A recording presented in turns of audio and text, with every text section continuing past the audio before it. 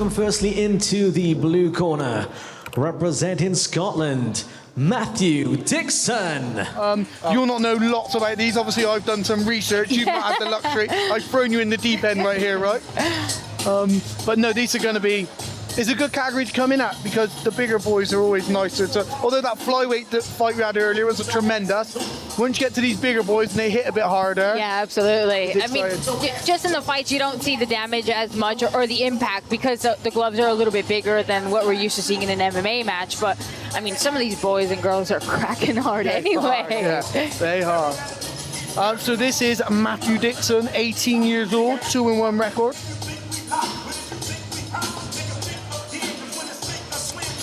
Did you benefit from an amateur career yourself, or were you straight?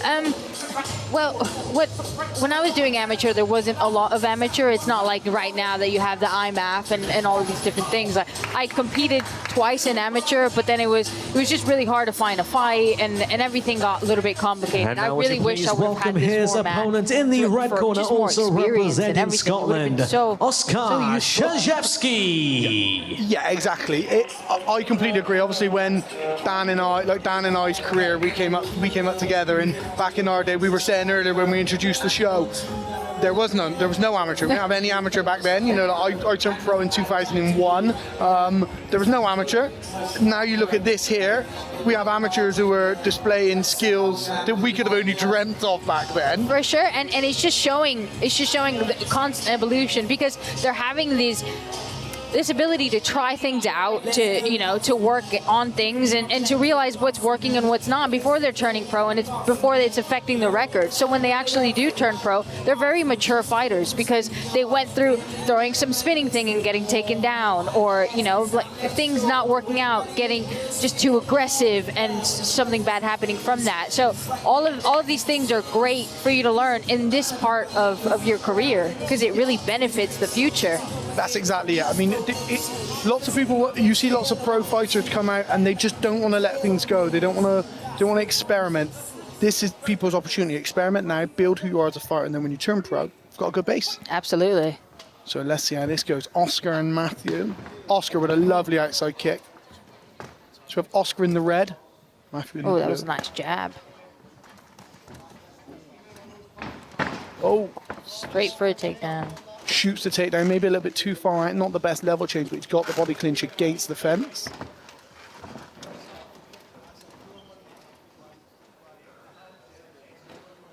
Looks like he has good head pressure, though.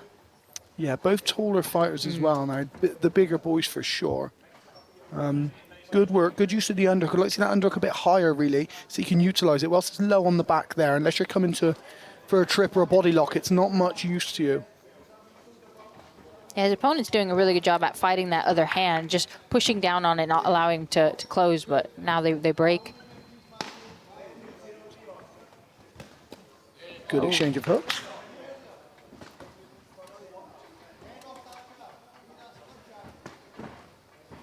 It's good, calf kicks. He just has to be careful not to leave his head on the center line. Yeah, exactly. For the hooks to come back, yeah. Neither really controlling the center very well. They're both sort of moving their way around the cage, throwing some shots. I'd like to see maybe one of them take control of the center and say, "This is my area. I'm going to keep you on the outside." Nice head kick.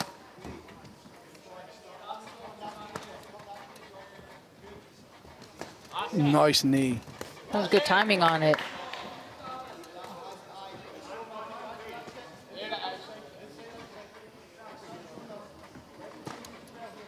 Because Oscar's thrown that shot early on, feinting the takedown now. Oh, lovely counter right. I love that step through uppercut, up the center line. Snatch single. Can he go high crotch? No. Opts for the double. Gets his hands close together though. It's a bit high. Yeah, he could change level and re-penetrate. He's now high on the body lock. Good defense here. If Matthew can get to the wrist instead of fighting that elbow.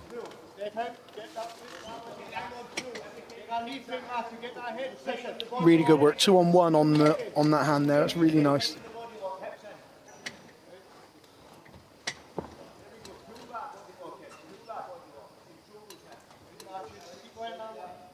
This really is great head pressure. And even if he doesn't get the takedown, he's making his opponent work in this position that he might not want to. Yeah, exactly. I mean, he's definitely You'd definitely rather be the guy holding someone on the fence than being held on the fence. Especially because you always feel like you're kind of one step behind. You're just defending on what the other person's throwing at you. So. And we've had such a 50-50 round on the feet as well. Yeah. I think it can be the deciding factor sometimes. You know, like 40 seconds, 30 seconds left in the fight, and you've held the guy on the fence for that. It could be the deciding factor. That little bit of ring control, but a really even match. Oskar getting the one takedown earlier. Yeah, tough one to score. I sit here sometimes and I'm just so glad I'm not the judge. I can talk. There's so many times you talk and you see it a certain way and it goes another way, and I'm like, oh, well, what do I know? Yeah, sometimes I'm watching this, I'm like, I'm glad I'm not judging that one. Now, this was a great example of two guys who are really quite well matched now, letting each other go. Some good exchanges on the feet. There's a lot of power from both. Maybe some versatility could come, and Oscar's taking that shot twice now from slightly outside the shooting range, and he's ended up sort of hanging on after work his way up to a body clinch. Yes. I'd like to see him maybe set something up and then shoot underneath something, or put a bit more feints there to land a bigger shot off of it. I just think it's a little bit more commitment with the striking in order for you to set up that takedown. Exactly. Because if you look a bit hesitant when you're trying to strike, then the takedown isn't going to be, as much of a surprise. Yeah, exactly. You end up running someone against the fence like we've seen.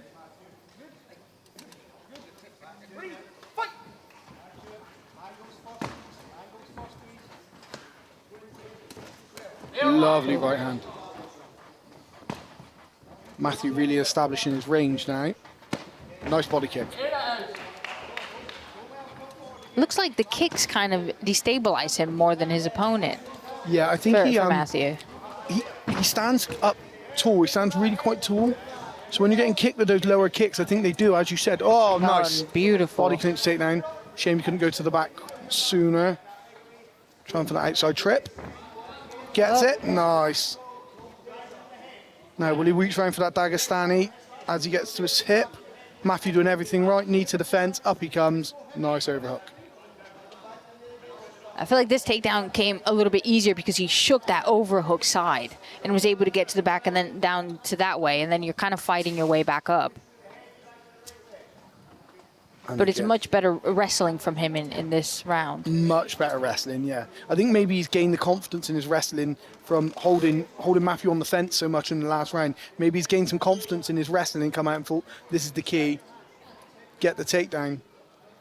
And we're about to... Really good use of the head as well again, though. He's keeping his head low. Really prevents Matthew from turning the top half of his body inside. Matthew using a really nice knee shield. He just has to kind of do something to get off this fence because you only have 3 minutes in the round, and if the majority of it is spent here and already that takedown, it's counting against you. Yeah, for sure. Nice knee. Now we got to the point where Matthew's wrist is being controlled as well now, and he's switched out. No, he's got the wrist control back now on Oskar, but you need to... Nice. This, I think, would be where Matthew could benefit from understanding. I'm in the centre and I'll control this. Don't get pushed off that centre now. Lovely check left up. Nice. He's caught that a few times. Yeah, he has. That body shot is really working for him with the kick. He's finding the mark right under the elbow, which sometimes you throw that kick and you just go straight into an elbow, and why did I do that? Yeah. You'll see somebody throw that kick once in a fight, and then when you watch it back, you're like, oh, I understand. Luckily, they have a shin pad, so it does soften the blow quite a bit. Oh, nice shot. Get the hands together. If he can change his level here, he needn't come up to the body. Just has his hands just a tiny bit too high. Yeah. He can level change and re-penetrate here and reset those hands. Nice. Oh, that looked like a low blow. Nice shot. I have to say, Oskar came into his own that round, eh? He looked good. He's finding his way into the fight, and I think you're right in what you're saying. He's come out and he's committed to that wrestling a bit more. Now that he's shown a bit more commitment to it, it is the key to the fight for him, I think. If he has another round like that, it's an open and shut case for me. Yeah, for sure. So in terms of Matthew, what would you be telling him in his corner now? What would you be expecting to hear from Matthew's corner now? just a little bit more stick and move, if that makes sense. Like those low kicks are working every time, but if he's just staying right in front of him, he is going to press him against the fence. So I would, work those low kicks and also work that lead left hook that he was landing quite a bit. So make your opponent throw, make him kind of have more desperate takedown shots, and that's where you're going to be able to find those little pockets to land your strikes. Yeah, exactly. I mean, earlier in the first time we've seen him hit that left hook up top then to the body combination, which worked really well. And I think if he can plant his feet in the middle and really stick that jab on Oskar and make Oskar overcommit, he's going to catch him with something. But being chased around the outside and put on the fence is not working for him. Yeah, for sure.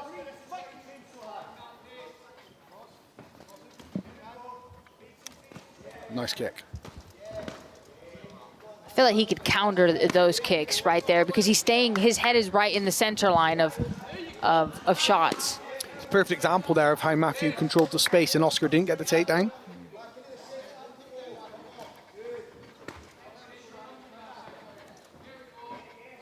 For such tall, rangy guys, they fight. Oh, lovely takedown. Drive, drive, drive. He needs to stuff the head now. If Matthew can stuff that head. Just right hand to the back of the head. Yeah, there we go. Stuff the head, cut the angle. Needs to watch that single. So Oskar needs to stop extending, needs to work himself in now. He needs to almost suck Matthew into him. He's almost losing it now, and he has his neck and limbs just far out. Did a good job at standing back up, though, and not just staying in that position.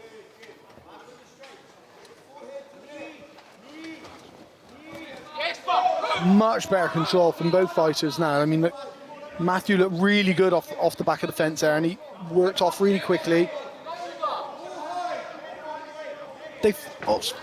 Needs to stuff that head with that left hand. Get that left hand on the back of that head. Cut the angle to your right. He's doing a good job at initially just sprawling down. Yeah. And now he's still going towards the back. Better. That's much better for him. Oh. That is very annoying. You just get off balance, but and the submission isn't coming. It's just, but you just have to deal with it at the time. And he's into side control. Hip's a bit high for me, but I'd like to see Oskar should be on his left hip now. He's turned the wrong way. Now, this is one of my pet peeves. I moan about this a lot. If you do any more commentary here, guys should not be stuck in mount in MMA fights at this level. Onto a hip, start stepping over a foot, clear the mount. Absolutely. Before everything. Except you're in a fight, you're going to get punched in the face. Get out of the mount. It's just the basics always get you out of so much. Yeah. And usually when people are mounted, they try and go like, with their legs all the way over and end up getting punched a bit more. It does work sometimes. I'm not saying it's not, but that shouldn't be your go-to in a defense. If the guy's high up your body under your armpits, possibly, but in this position, Oskar should be on his right hip now, left leg should be stepping over, and he needs to clear back into half guard and fight his way up. Go steady for giving his back. At this point, I would just try and strike as much as I can because it's a close fight. There's only 20 seconds left, and you really want to solidify. Well, I feel like this round did go for him. Yeah, I think it goes for Matthew, but I know what you're saying. If he's dominant, don't leave it. You've got 10 seconds left. A flurry of 6 or 7 punches here guarantees you the round. Yes, for sure. Well, that's the end of that 3 rounds of action. Tough one to score. I mean, it's Oskar came in, had little bits where he looked to be, in my opinion, I was like, well, Oscar's taking this one. Yeah. And then Matthew's come back that last round. You would have to say it was Matthew's round. So I think realistically it comes down to the first round. The first round. Yeah. Not as action-packed as our first fight or the one before, but still good. Still a good fight. Yeah, good fight. I always find it interesting when fighters have different styles and how it plays up, and what adjustments they make in between rounds. Yeah, exactly. What do you do? I mean, these guys, for tall guys, they fought really intimately. Like the space between them was like guys who are a foot shorter. Yes. Neither of them used their range particularly well from the center. And it ended up that the fight was really pushed back and forth. I think if one of them could have sat in the center, really started to establish a range, land the jab on their opponent, they could have started to dictate the fight then, But absolutely. That comes from experience, When you watch this back and your team watch it back with you and you say, right, what we need to do now is, instead of floating around, pick a spot, stay there, stick and move, establish your range. But that's like the amazing part about having these amateur competitions and having this. You have that experience, and then you're not doing it at a pro level. You're able to go into the pro. Ladies and gentlemen, see after that. 3 rounds of action, we go to the judges' scorecards. For your winner by split decision, from Scotland, in the blue corner, Matthew Dixon. Matthew Dixon, I couldn't have called it. I wouldn't have been able to say who I thought was going to win, but you know, it's one of those. If it went either way, nobody's been robbed here for sure. Yeah, for sure. It was a really close fight. It was a really close fight. I'm going to leave you for this next fight because I'm in timekeeping, but I'll come back right after. Yeah, you know where I am. Whenever you want to come back and join us. Thank you for joining me for that one. Thank you We for got some having me. amazing welterweight fights coming up, so hopefully we'll see you there.